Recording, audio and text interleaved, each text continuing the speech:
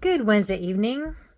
We really need to talk about Trump's envoy to Ukraine, if he can even be called that. I would call him a Russian asset because he has been working with Russians on how to approach Trump and to pitch a peace deal, which rewards Russia with everything and leaves Ukraine in the dust.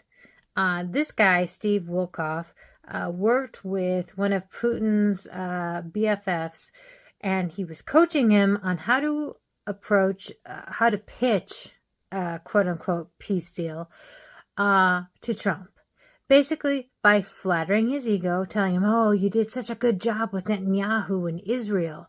I mean, we all know flattery gets everywhere with Trump. You just have to stroke his ego, you have to flatter him, and you're going to gain ground. And our adversaries clearly know this, and they have used this. Xi Jinping, Putin, other adversaries.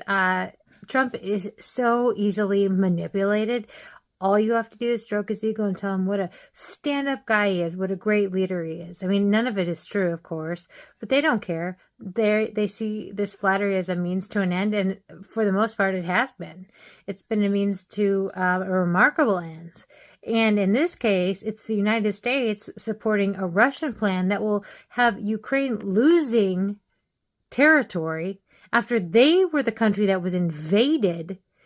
They have to give up territory to the invaders. I mean, in what sphere, in what reality is that acceptable if we're Americans?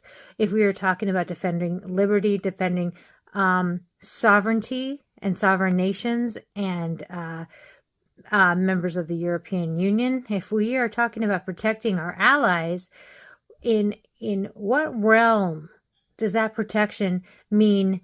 You need to give up a large portion of your sovereign territory to the enemy who invaded you, who's been waging relentless and in many cases criminal warfare against your population. They've targeted maternity hospitals. They've targeted children's hospitals.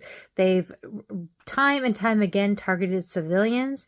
But now we've got this Steve Witkoff guy who is essentially a Russian stooge. He's a Russian agent. He is clearly working for the Kremlin. This dude needs to go bye-bye, and he needs to go bye-bye now.